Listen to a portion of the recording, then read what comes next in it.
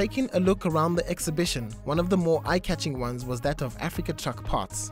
MD Paul Duprier aims to build new relationships with people in the SADC region and the rest of sub-Saharan Africa. Well, the challenge is really just all the hard work that goes into putting up the stand.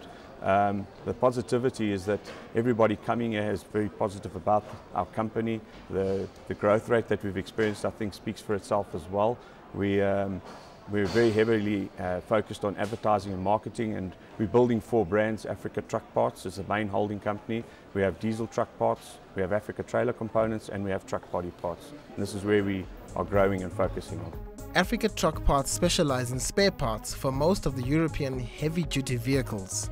9 years ago, I made the decision to go solely into truck spare parts, and from there we've branched into a number of other industries as well, naming trailer parts as well. We are very focused much on quality, which is for the European brands of Volvo, Scania, MAN and Mercedes. This is all aftermarket parts. Some of it is original as well, but we always keep our company to the highest safety standards as possible.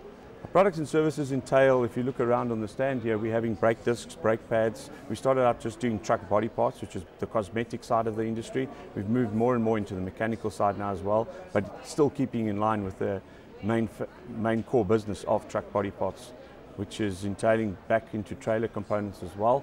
We're doing a unique wiring system, which is high standard quality from Hella, and then Genesco mud guards for your trailer industry as well. We supply to a number of different people. We have a wholesale platform where we distribute right through the Southern African region to neighboring states on a wholesale pricing list, as well as to the retail sector, which is your transporters, big logistical companies of that sort. Cape Town-based CA Components started 10 years ago with the production of cylinder heads for Mercedes-Benz and other OEMs. And from there on, we started exporting. So over the last 10 years, the amount of goods that we produced increased from cylinder heads to all other automotive type of components.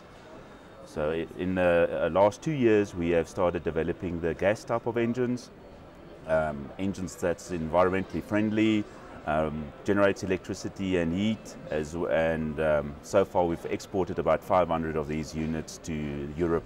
The company pioneered this type of gas engine in South Africa, and about 90% of the parts are locally manufactured. The gas powered started about 3 years ago. We started producing the engine. Basically the engine runs on any type of methane gas, so it can run on landfill, it can run on sewage type of gases, biogases, CNG, LPG. With minor changes in the engine, you can run on all those type of gases. It is used in Europe quite extensively to power buildings, give heat to buildings, and so and so forth. In Africa, we can use these engines in a lot of cases in landfills, where we can use gas that goes to the atmosphere. Methane is a greenhouse gas, so by using that, you can generate electricity to the impoverished and so on. So we're trying to market this to municipalities mostly, to see if they can use it in sewage and landfill application. They export the engine to America, Europe and the Middle East, but have yet to penetrate the African market. No, we have a problem as far as the supply of gas is concerned, and the infrastructure and so forth. But the reason that we're at the show at the moment is to try and exhibit our products and see how many of the African countries we can get to export to.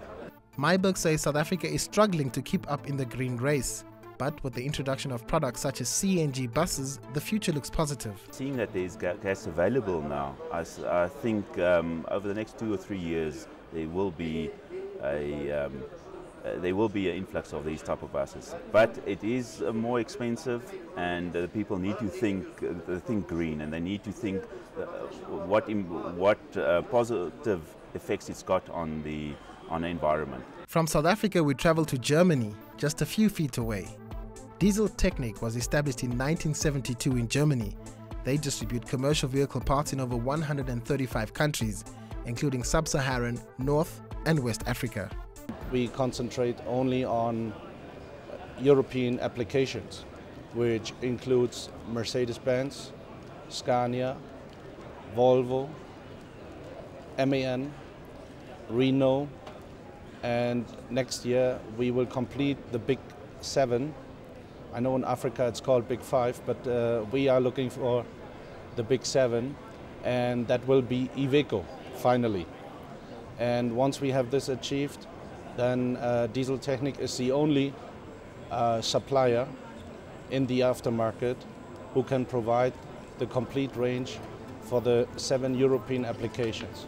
The effect of the recession in Africa was arguably a pinprick compared to the carnage that occurred in Europe.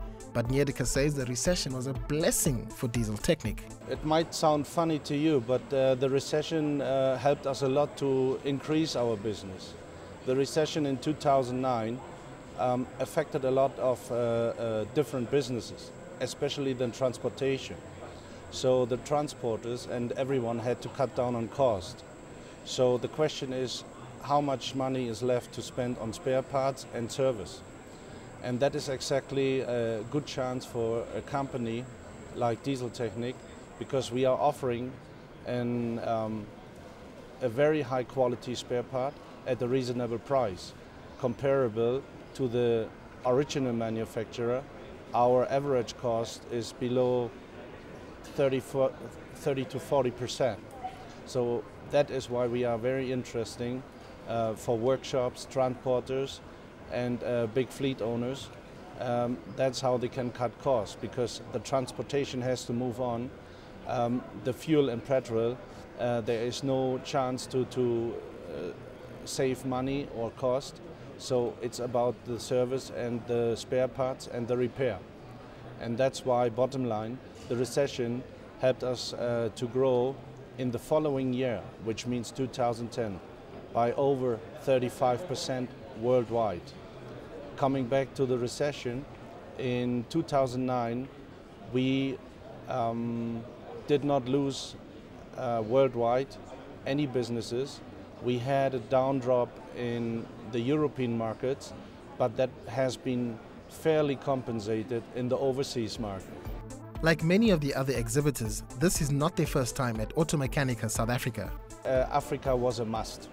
There was no doubt and there was no hesitation. And the success of 2009 was the basement and the platform to make a quick decision to be here in this year again. And now the first 2 days have been gone, and especially yesterday we had a lot of international customers. They came from Malawi, from Zimbabwe, from Zambia, even from Mozambique, if I remember correctly. And they are very happy to come to South Africa to this show. I think it's a good idea, and the exhibition board should think about it to make it more so an international African show than a local show, because we feel that the people are much more comfortable to come to South Africa, to Johannesburg, rather than going to Europe, to Frankfurt or other places. We can be sure to see all these exhibitors and perhaps many more at the next Automechanika South Africa, scheduled for 2013.